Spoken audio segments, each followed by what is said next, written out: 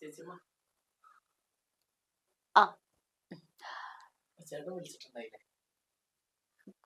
കുറച്ചേരം മുന്നേ വിളിച്ചിട്ടുണ്ടായിരുന്നു. എന്താ നമ്മുടെ കാര്യം എന്താ പറഞ്ഞേ? അമ്മേനെ അഡ്മിറ്റ് ആക്കാൻ വേണ്ടിട്ട് പറഞ്ഞിട്ടുണ്ട്. അപ്പൊ പിന്നെ ചേട്ടനെ വിളിച്ചപ്പം ചേട്ടൻ പറഞ്ഞു കഴിഞ്ഞ മാസം ആഴ്ചയിൽ കുറച്ച് ബാലൻസ് വരാൻ 15,000 രൂപ ഉണ്ടെന്ന് പറഞ്ഞു.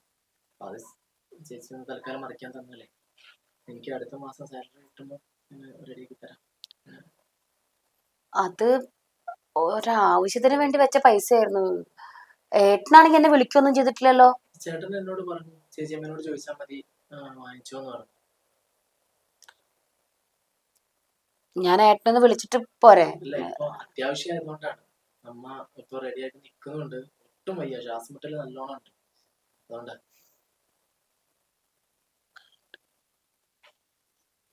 ഞാൻ അയക്കാം എന്നാല്.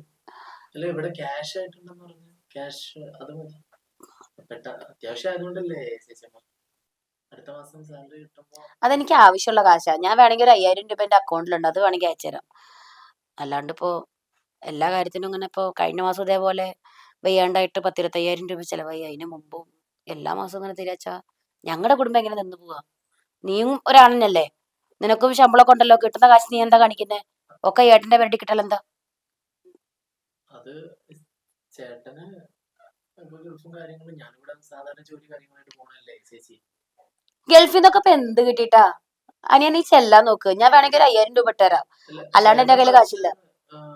അത് ഞാൻ ചേട്ടനോട് പറഞ്ഞോളാം. അതൊരു കാര്യത്തിന് വേണ്ടി എടുത്തു വെച്ച പൈസയാ. സീറ്റ് എടുക്കാനൊക്കെ പറഞ്ഞിട്ടുണ്ട് ഡോക്ടർ. അപ്പൊ അതിന് ഏകദേശം 11,000 രൂപ സീറ്റ് സ്കാൻ എടുക്കാൻ വേണ്ടി. കഴിഞ്ഞ മാസം ഇതേപോലെ 10,000-25,000 രൂപ ചെലവായി. അതിന് മുമ്പ് ഇതേപോലെ എല്ലാ മാസവും പൈസ എന്താ പറയാ, ചേച്ചി ഉണ്ടാക്കണമെന്നല്ലോ, അമ്മേന്റെ മകനല്ലേ ചേട്ടൻ.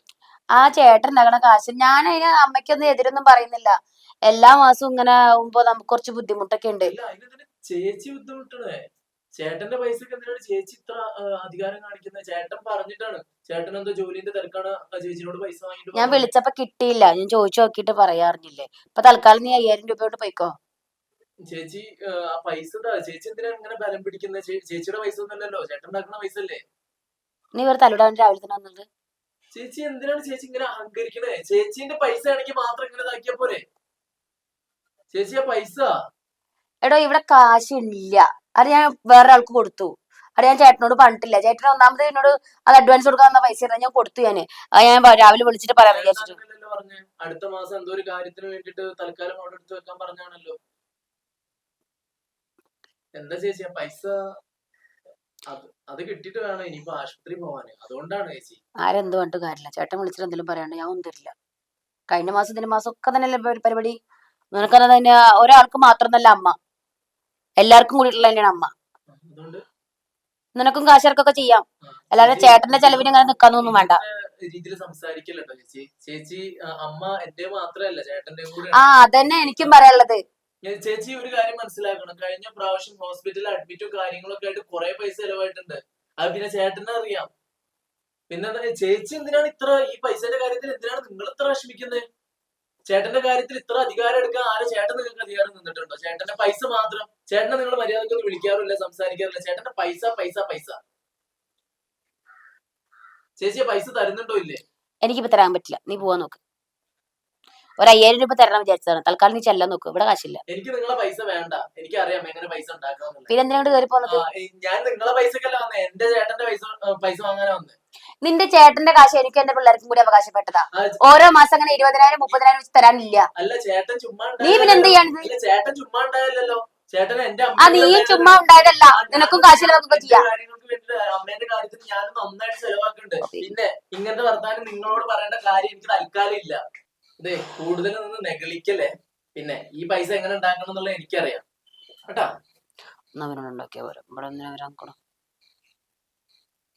അതെ, പിന്നൊരു കാര്യം, എന്റെ ചേട്ടനെ കിട്ടുന്നതിന് മുമ്പ് എന്റെ കൂട്ടുകാരന്റെ കൂടെ കുറെ കിടന്ന് ഉണ്ടാക്കിയതാണ്. അവന്റെ പൈസ മുഴുവൻ തീർന്നപ്പോ പിന്നെ എന്റെ ചേട്ടന്റെ പെരടി കയറിട്ടെ. പിന്നെ എന്നെ കൊണ്ട് നിങ്ങളുടെ പഴയ ചരിത്രം ഒന്നും വിളമ്പിക്കരുത്. പറഞ്ഞില്ലാന്ന് വേണ്ട. എന്റെ കൂട്ടുകാരന്റെ കൂടെ കുറെ കിടന്ന് ഉണ്ടാക്കിയതല്ലേ. എന്നിട്ട് അവനെ മുഴുവൻ ഊറ്റി കഴിഞ്ഞതിന് ശേഷം പിന്നെ എന്റെ ചേട്ടന്റെ തലയിൽ കയറി. എന്റെ ചേട്ടനെ കുടുക്കി തലയിലാക്കിയിട്ട് ഗർഭം നിറഞ്ഞ് വീട്ടിൽ വന്ന സമയത്തെ അതിനെ എതിർക്കാതിരുന്നത് വേറെ ഒന്നും കൊണ്ടല്ല. ഞങ്ങളുടെ ചോര നിങ്ങളുടെ വയറിനകത്തുള്ളത് കൊണ്ട് മാത്രമാണ്. പിന്നെ പഴംപുരാണം എന്നെ കൊണ്ട് പറയിപ്പിക്കരുത്. തള്ളേ, ഒരുമാതിരി ഇവിടെ വന്നിട്ട് ഉണ്ടാക്കാൻ വേണ്ടിട്ട് നിക്കല്ലേ. പിന്നെ ഈ പൈസ എങ്ങനെ ഉണ്ടാക്കണം എന്നുള്ളത് എനിക്ക് നന്നായിട്ട് അറിയാം. എന്റെ ഏട്ടത്തിയമ്മ എന്ന് പറയുമ്പോ തന്നെ എനിക്ക് നാണക്കേടാണ്. ഓടി വൃത്തികെട്ടവളെ.